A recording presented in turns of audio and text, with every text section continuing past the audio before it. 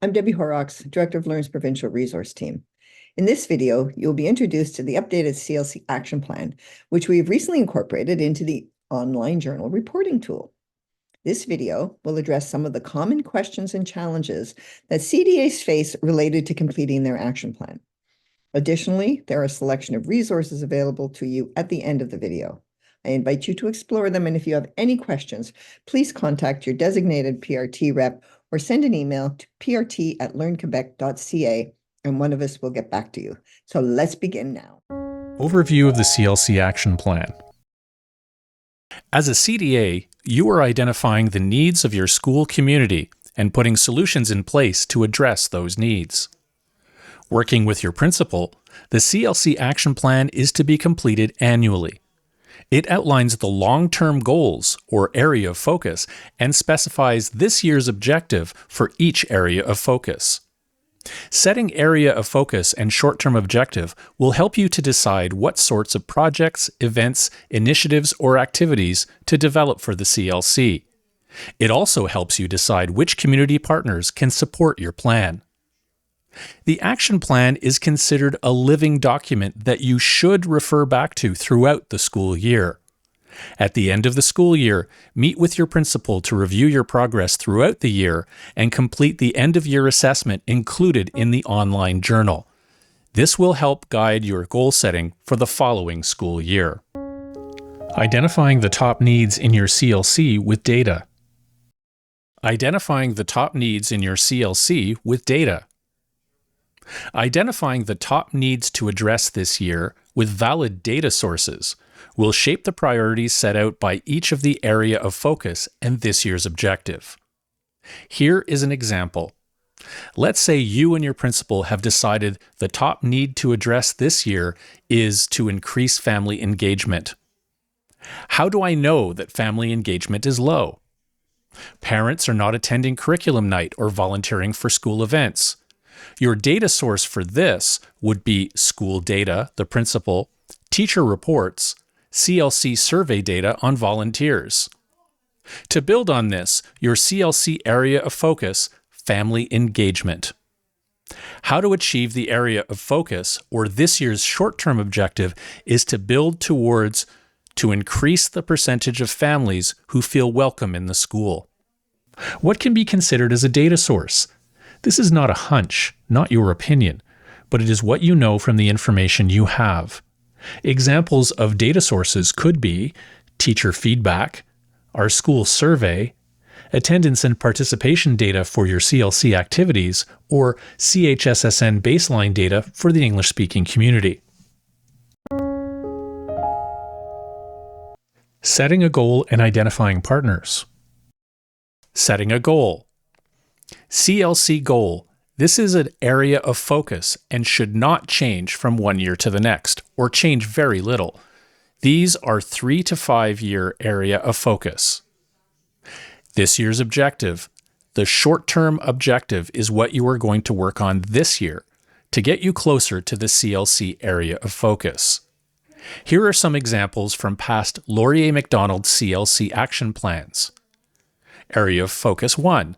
Mental health and wellness. This year's short-term objective, students will be comfortable discussing clinical and non-clinical mental health issues. Area of Focus 2. Healthy relationships. This year's short-term objective, 70% of students will be able to identify what healthy relationships and friendships look, feel, and sound like. Area of Focus 3. Online safety. This year's short-term objective, 100% of students will participate in an activity involving the discussion of ethical and thoughtful use of technology. When setting the annual objective, think about how you plan to evaluate it. Make sure you set SMART goals: specific, measurable, achievable, relevant, and time-bound.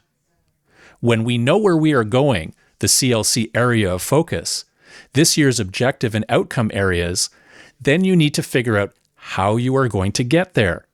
This is the stakeholders and partners section of the action plan. Always keep in mind that the CLC approach is all about partnerships, partnerships, partnerships. Identifying partners. Who are your internal stakeholders for this area of focus? The current stakeholders are the people you are currently working within the school and school board. This could be the principal, teachers, the school secretary, daycare staff, support staff, people from the school board, and parents. Who are your external partners for this area of focus? Your current partners will vary depending on the area of focus and short-term objective, but essentially will be who you are currently working with to achieve this area of focus. This would include community organizations, the municipality, a local seniors group, Learn, local businesses. The Stakeholder Relationships to Develop section and the Partnerships to Develop section is to get you thinking about who else needs to be part of this conversation to help you reach this area of focus. Note, in the video capsule on implementing a community project, we covered the topic of who your possible internal stakeholders and external partners could be in greater detail. Grants and donations. What resources funding are needed for this year's objective? Confirmed funding sources. This is funding that you have already secured for the project activity. A grant or a mesure you applied for, or a donation from a local business or organization.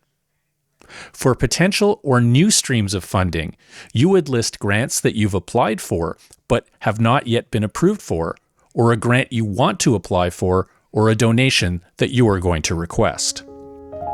Evaluation. How will you evaluate this year's objective? This year, I will track. How are you going to know you achieved this year's objective? How do I know this project activity had an impact? Possibilities include teacher surveys, student focus groups, data sharing with your project partner who may also be gathering data.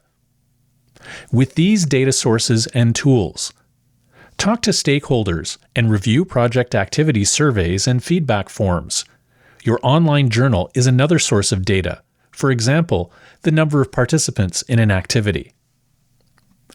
End-of-year assessment. This is an opportunity for you to reflect on the work you set out to do over the last school year. Did you meet your annual objective?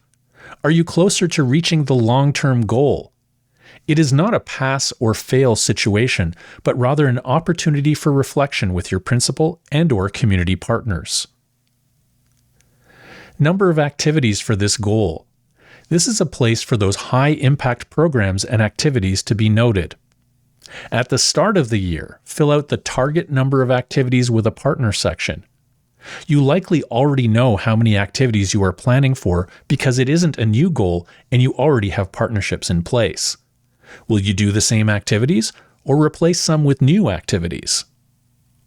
At the end of the year, for actual number of activities with a partner, look in the online journal to show the actual number of activities you had with a partner targeting that goal.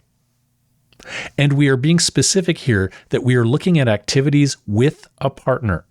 Sometimes the CDAs will be doing something with a teacher that is relevant and is great, but here we are looking for the number of activities with an external partner.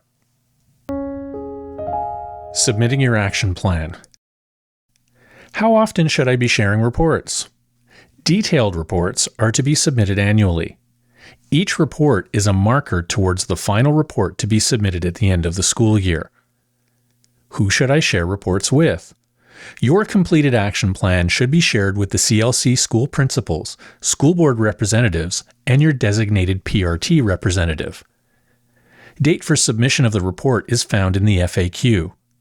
You may also want to share highlights with school staff, parents, community members, and partners. Resources. Setting SMART goals. An exercise to review the CLC activities and how they connect to your CLC goals, action plan goals, and activities inventory. Developed by a former CDA, this tool can be used as a way to visualize where the various CLC activities line up under the three main action plan goals. At the end of the year, when you want to reflect on the extent to which you have accomplished the goals identified in the action plan, the Year in Review tool is a valuable resource. The CLC Partnership Quick Assessment Tool helps you evaluate existing partnerships and identify potential partners to meet targets. Working with partners suggested reading.